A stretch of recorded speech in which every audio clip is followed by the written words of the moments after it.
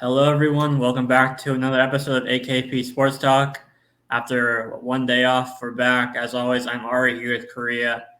We'll get right into our recaps from the last 2 days. Korea, you're on a heater. I think you've won 7 in a row, if I'm not mistaken.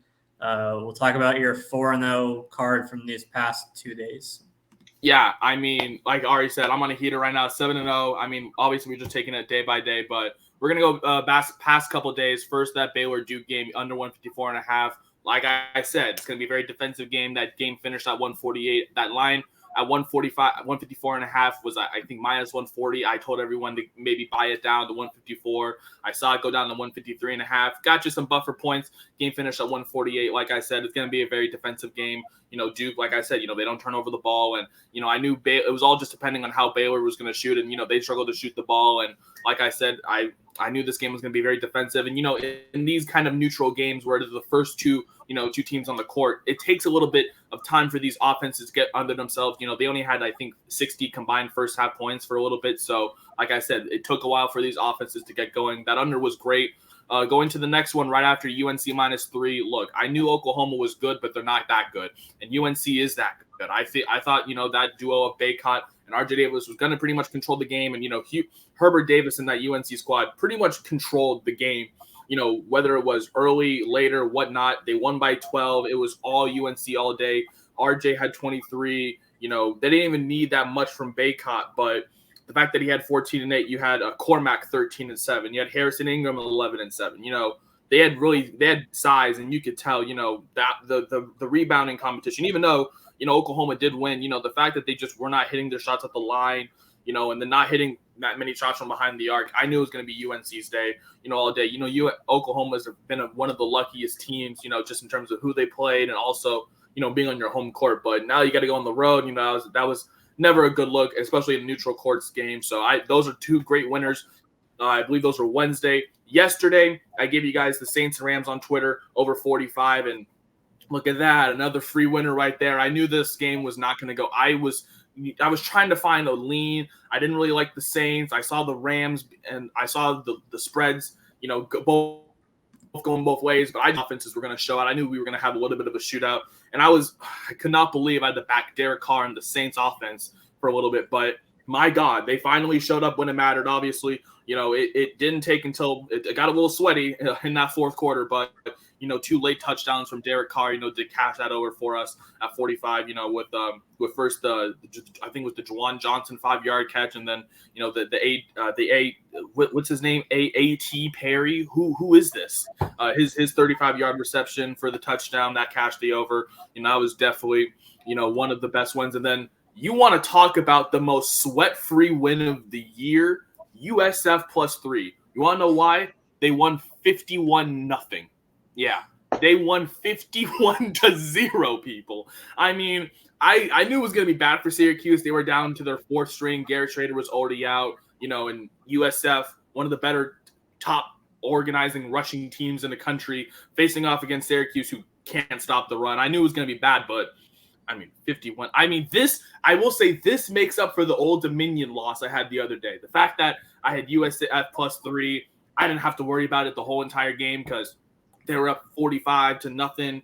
And then after that Old Dominion debacle, look, I definitely thought that was a great win for me. I kind of knew USF and I think Byron Brown, their quarterback for USF, he's that dual threat. I knew he was going to have a great game on the ground or in the air, and he did. So I cannot be nothing more but smiles seeing that 4-0 card, 7-0, like I already said, my last 7 picks. We're going to keep that trend going, hopefully, through the holiday weekend as we get into Christmas, which is just on Monday. But Ari, I'll stop hyping myself up now after my 7-0 streak. How did you do? How are you doing on your bets? Yeah, definitely a lot rough for these past couple of days. The Arizona first half, I don't like to complain about refs, but the entire stadium was booing like 8 different times. Like Tommy Lloyd got the first technical of his entire career because of some of the calls. So they won by 1. It was one of the most chaotic for halves of basketball I've seen, especially in person.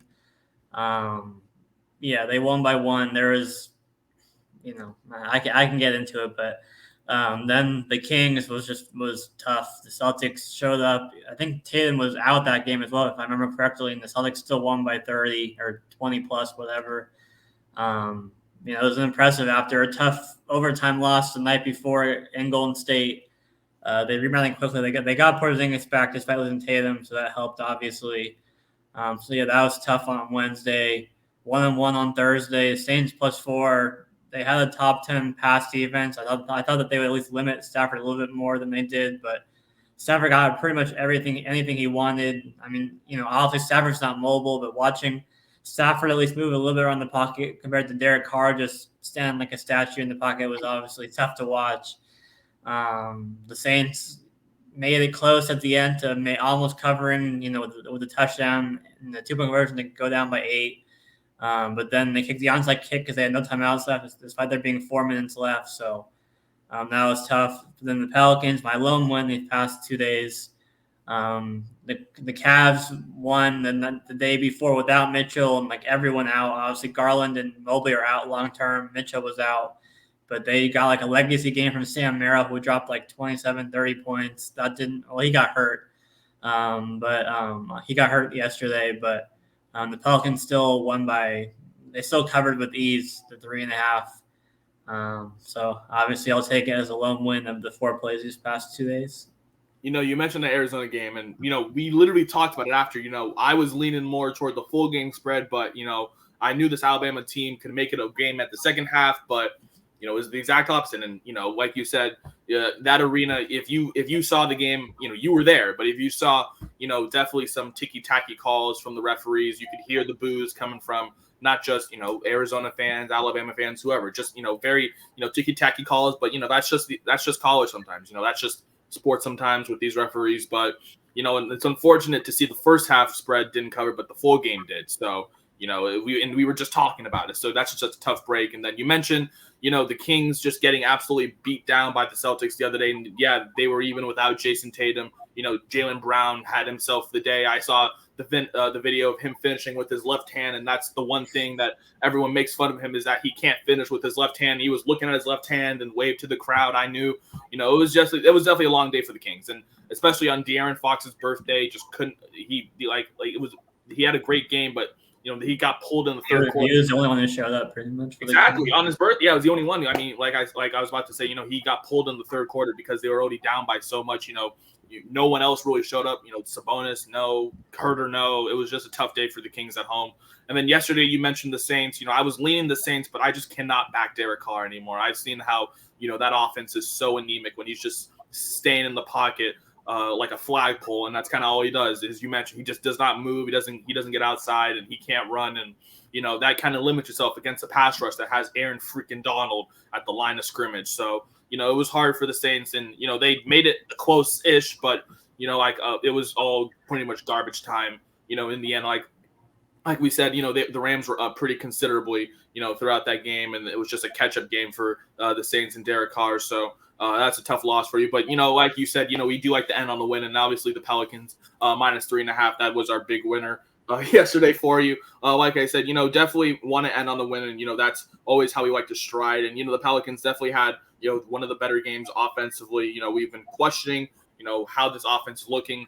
And, the whole thing about the Pelicans right now is just Zion Williamson. And, just whether it's the contract, negotiation, or the fact that he looks like he gained 50 pounds again, and all this nonsense, and it just died for him. But the fact that they had a big game from Trey Murphy, 28. That's, my goodness, 6 for 10 from 3.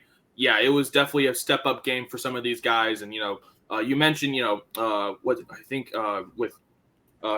Oh my God, what's it with Cleveland? Excuse me, I couldn't think of the name. With Cleveland missing, a bunch of guys. I did expect, I would have hoped for New Orleans to cover that spread, and they did. They won by 19. So nice to see. Hopefully ending on a good note makes it positive for the weekend. And speaking of the weekend, we're gonna get into our best bets now. Obviously, we have best bets for today. Obviously, we have best bets for tomorrow. We're gonna get into those in a little bit, and obviously Christmas Eve, which is Sunday. And then we're going to be talking about what we're going to be doing for Monday, Christmas Day. But first, let's get into today. I'm taking one play. This is in the Gasparilla Bowl. I'm taking the UCF Georgia Tech game to go over 65.5. This is -112 on DraftKings right now. look, you look at these teams and you don't really you see them and you're like, well, how are these two teams facing off in a bowl game? Let me tell you, Georgia Tech has one of the sneakier offenses in the ACC. They're, I think, a top 20 rushing offense. They know, I mean, they beat Miami at Coral Gables. That was a really impressive game. They know how to get the ball moving on the ground, and I think that could be big explosive plays. And that's one thing that Georgia Tech can do. They know how to get the run game going. The one thing that holds Georgia Tech back is that their defense is absolutely anemic.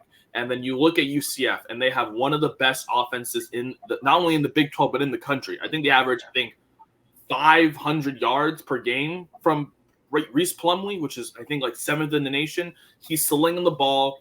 And in this game where I expect both offenses to pretty much show up, I just want to take the over 65.5. This is college. This is the last bowl game of the week. These are some of these guys' last games of their collegiate careers. And, I feel like they always want to just go out and on another big game. And, one of the trends recently for all these games have been going over.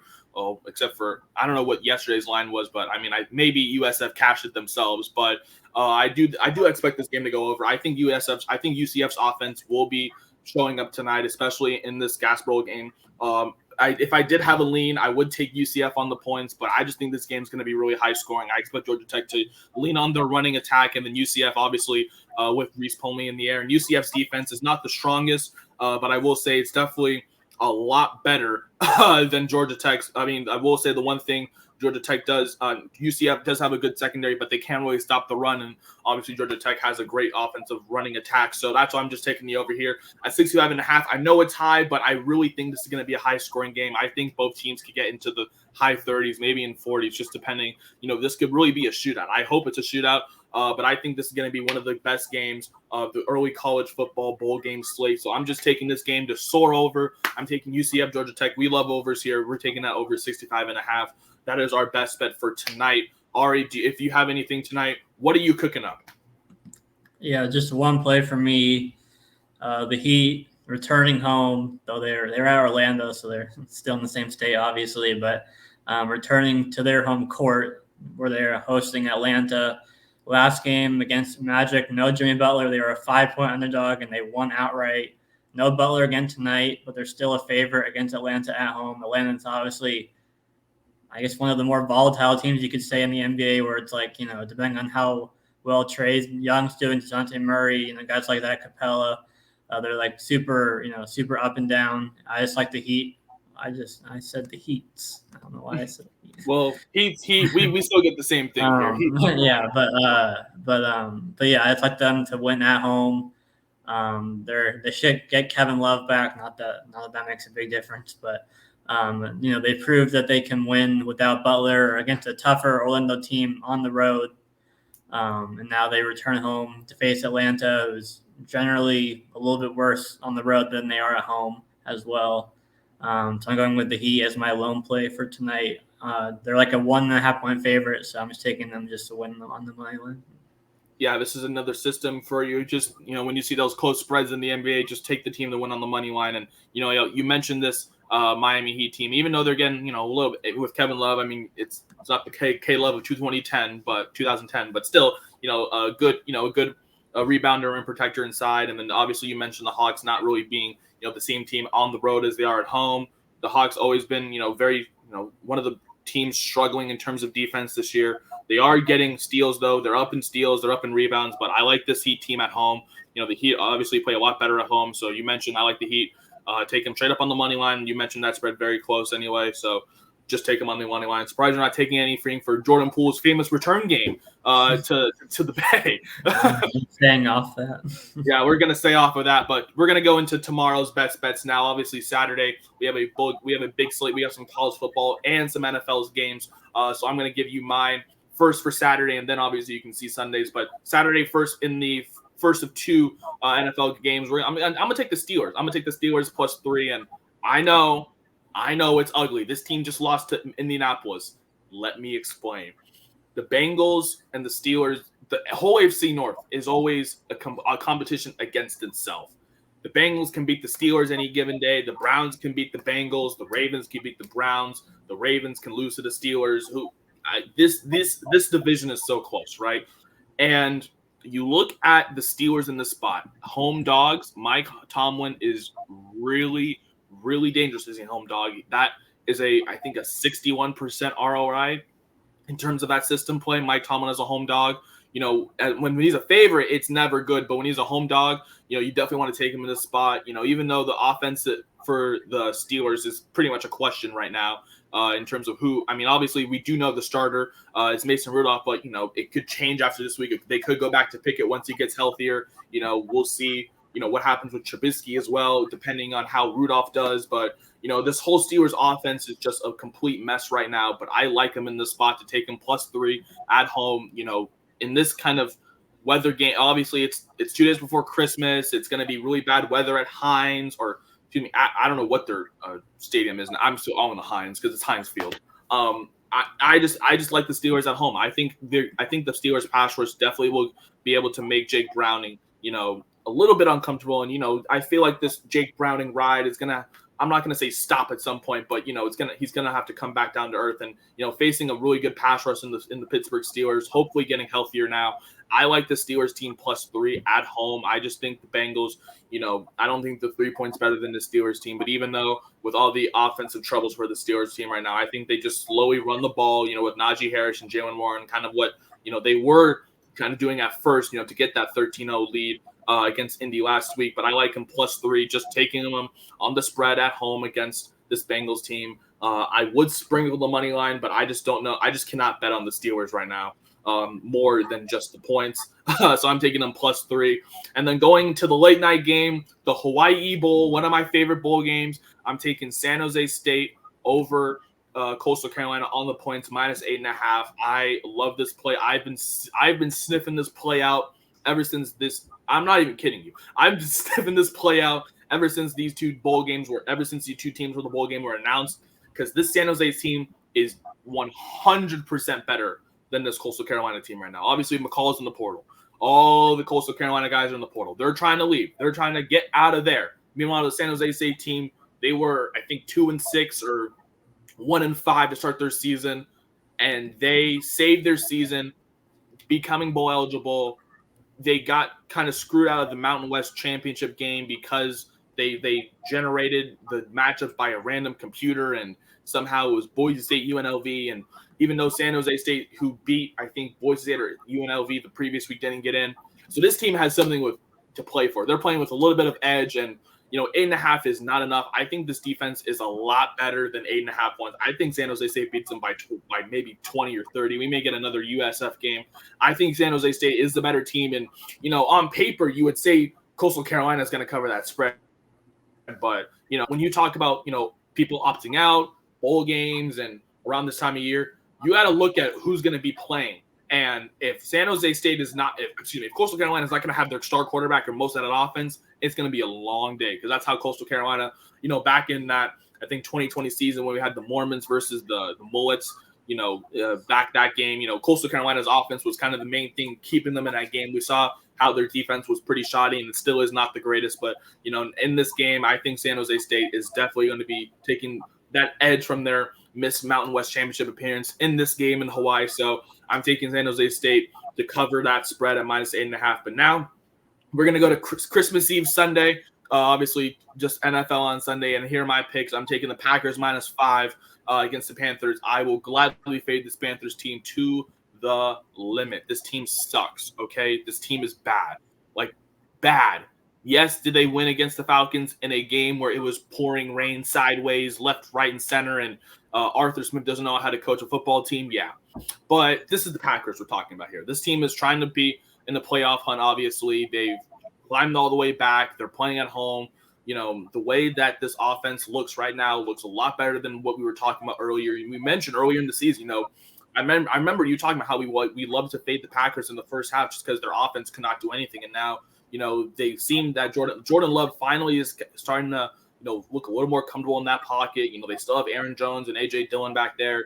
Jaden Reed, one of the emerging receivers for that receiving core alongside Christian Watson. That's a really powerful duo right there. And I like this offense, against the Panthers team that, doesn't really have much to play for because, they traded away their pick to the Bears, and the only thing I will add is that obviously Watson's out again and Reed missed practice all week, so he might not play. But that's besides the point. But just bringing that up. Yeah, I mean, yes, are there injuries for the Packers? Yes, but I still like this Packers team -5 at home. They're obviously going to be the better team on both sides, offensively and defensively, and the Packers have something to play for.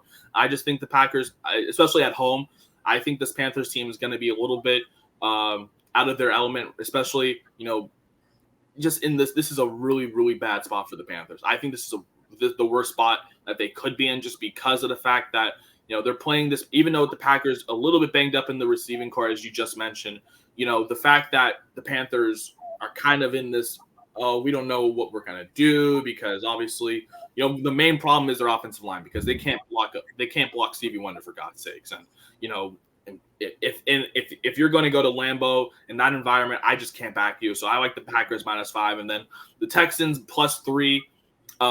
Look, I think this is a great bounce back spot. The one thing has been CJ Stroud, and that is the big question. I believe he's still in the protocol, so I don't know. Yeah, he's out. Yeah. And now with him being ruled out, it's an ugly play, but I just like this team at home. We saw how the Texans got that miracle win against the Titans, who, oh my God, the Titans. Oh, brother, they're banned. But the Texans, obviously, that miracle comeback win, against the Titans on the road with Case Keenum of all people. This Houston Texans defense is being very slept on as one of the sneakier defenses. They stopped Derrick Henry last game. They stopped the main focal point of that offense for the Titans, and that's pretty much the main focal point for this Cleveland Browns offense right now, kind of getting the run, obviously, because of the fact that they've lost 3 quarterbacks. They have to rely on Joe. My name is not elite. Joe, I am not elite Flacco, for God's sakes. They got to rely on that guy.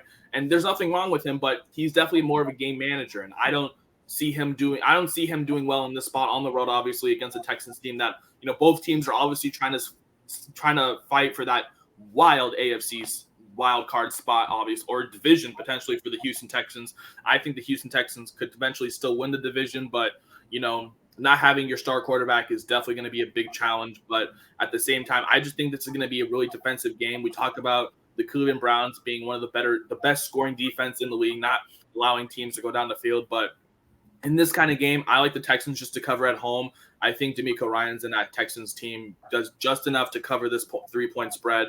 I've seen that go down to 2.5 on some books, but I think it's going to go back up because of the CJ Stroud news. But I think that came out a little bit while ago. But nonetheless, I still like this Texans team at +3 at home. I think they just get it done, especially in that kind of game, where they're definitely going to have to rely a lot more on their defense. And then you look at their offense, they definitely have some key guys. They're going to be, I think Nico Collins is coming back, so that's a big get for them. So they definitely have more of the receiving core now getting healthier along hopefully with CJ Stroud, hopefully coming back, if he does clear concussion protocol next week for another big game for them. But I just like the Texans to cover the 3-point spread at home. So I know I've been rambling a lot, Ari, but I'm going to get here it goes. Here are my picks. Steelers +3 tomorrow. I'm taking San Jose State on the spread tomorrow. And then Sunday for our big Christmas Eve special, we're taking the Packers -5 and then the Texans +3 at home. Those are my 2 favorite bets for Sunday and Saturday. Ari, what have you cooked up for this weekend? Yeah, I'm just going for 3 Sunday plays for here. Starting off with the Lions Vikings over. Another Nick Mullins start, coming off a 300+ yard passing performance against what I think is a better defense in the Bengals compared to the Lions. The Vikings defense, it has been pretty solid, though they did really fall apart in that fourth quarter last week against the Bengals. And, I think the Lions can take advantage and do just what they did late in that game. And then, the Lions secondary I don't think is very good. So I think the Vikings will have no problem, getting points on the board as well. So I like the over in that one. I'm going with the Seahawks here, -3.5. Pretty much half or more than half of the Titans second or just defense is pretty much out. Will Levis is questionable. High ankle sprains. Even if he does play, he probably will be somewhat limited, with his mobility, I should say. Seahawks obviously pretty much saved their season with that win on Monday, getting Geno Smith back. I like them to just kind of ride the momentum. It's on the road, but they have been the Seahawks once were really, really bad in 10 a.m. games and morning games on the road. But in the past kind of decade or so, they've been a lot better kind of on the road in 10 a.m. Pacific time games. So I'm going with the Seahawks to cover, and then probably the best game on Sunday, Dolphins Cowboys. I'm going Dolphins at home. It's literally a pick on 1 point spread. Dolphins are getting Tyreek Hill back, which is obviously huge. I also like the over. I think there's going to be points on both sides. But the game being in Miami is kind of the difference maker for me here. So I'm taking the Dolphins at home. Lions Vikings over. Seahawks cover the 3.5 point spread, and the Dolphins on the money line on Sunday. Yeah, you mentioned the Lions and Vikings. Obviously, this is, I believe, a playoff matchup, if I'm not mistaken, right now. Or I don't know. It's the first of 2 in 3 weeks that they're facing each other. Yeah, so this is pretty much a playoff game for both teams, just kind of prepping up. Obviously, the Lions and Vikings, you can arguably say the top 2 teams in the NFC North right now, with the Packers at a close third. But I like the over as well. You mentioned the Vikings at home. The Lions, obviously, one of the better offenses in football. And then the Vikings, obviously, with Tyson Chandler, getting themselves under their own foot, obviously coming off that tough loss on the road against the Bengals. I do like the Vikings just to score. I like that one. So I like the Lions and Vikings. I was going to take the Seahawks, but, I just feel like this could be a big letdown spot. But at the same time, I obviously am never gonna bet against my Seahawks. What are we talking about here? But you mentioned all the injuries piling up for the Titans. That definitely plays a big factor, especially with Will Levis. We did see him get injured in their previous game, and we saw Tannehill potentially warming up on the sideline. So, you mentioned there is some potential for Ryan Tannehill to be starting against the Seattle Seahawks secondary on Sunday. So a familiar name to maybe prepare for. So, and I like the Seahawks maybe -3.5 as well. I'm not going to personally tail it, but I do like the Seahawks as well. And then going to the game of pretty much you mentioned the game of the day on Sunday, Dolphins, Cowboys. You mentioned Tyreek Hill and I believe A-Chain likely to play from McDaniel. So those are both huge for that Cowboys, for the Dolphins offense, pretty much getting 2 key fast guys. And, you mentioned the Dolphins being at home, and it's pretty much a pick 'em right now. The Cowboys, I think, opened up at +1.5, and you said it's all the way down to 1. You like I like the Dolphins as well. I'm not placing anything on this game. I would lean the Dolphins. I also like the over, but this could be a good bounce back spot for the Cowboys. At the same time, the Dolphins at home have definitely been a home wagon, so I do like the Dolphins. I like your pick, Ari. I think that could be a 3-0 card for you this Sunday weekend. And going back to mine, like I said, Saturday and Sunday, Steelers +3, San Jose State -8.5, going to Sunday, Packers -5, Texans +3. Case Keenum, please don't do me dirty. Please bring us home.